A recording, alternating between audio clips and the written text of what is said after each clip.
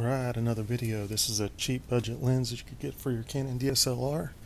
It is an older lens that's discontinued, but you can find it on eBay between $150 and $200. This is the Canon EF 28mm f2.8. This was, I think it probably made back in like 1987, somewhere in there, but let's check it out real quick. It's got a metal back here, and there's the front. So it's kind of like the Canon F or 35mm f2 I showed before. So it's got the same focus here. If you're using it for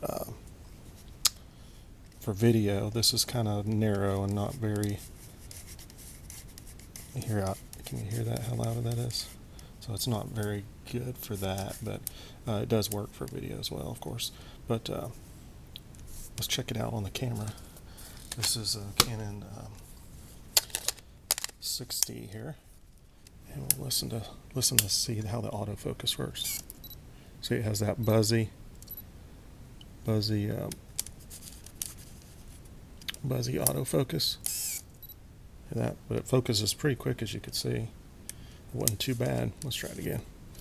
So putting it all the way to closest focus, then almost to infinity.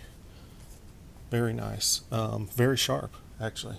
So it's a budget under $200 prime lens. Prime lens meaning it doesn't zoom at all. It's 28 millimeters. If you watch some other videos on prime lenses, they tend to make the prime lenses a little sharper, just because when you're making a zoom lens, you have to try to get the lens try to get it sharp throughout that focal range. If you have a 24 to 70, the manufacturers try to get it sharp throughout that range.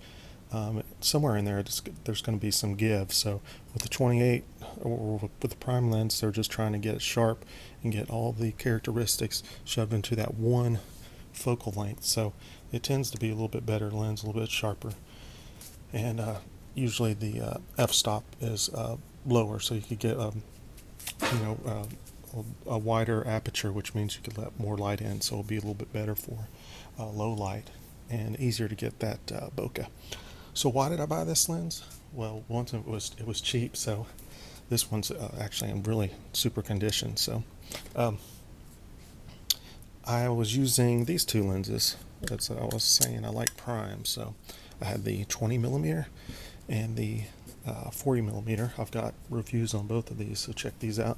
Awesome lenses, but sometimes this is like ultra wide on like a 6D kind of. So and then the 40 was kind of close to that 50, in between the 35 and 50. So I was finding I needed something kind of in between, because when you use this super wide angle stuff that's not that far away seems really far away. So I kind of wanted something in between. That's why I went with this. It was cheap and it's sharp and just a hell of a lens. I strongly recommend it. Under 200 bucks, you can't go wrong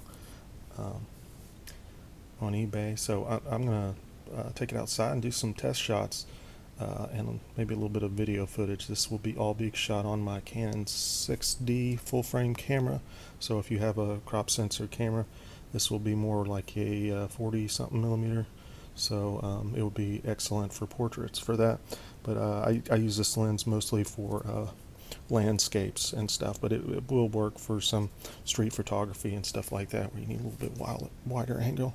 I forgot to mention the filter ring size on here is 52 millimeters, so that's pretty standard. It's the same as a 40 millimeter. So when I use the like a UV filter, or not UV, a polarizer filter for my landscapes and stuff, shots of water, it's nice to have in my bag because they use the same filter. So anyway, check out these test shots and a little bit of video. Subscribe. I've got tons of other videos, lots of kind of budget gear for your Canon and Pentax and other stuff. So check it out, subscribe. Thanks for watching, and enjoy the video.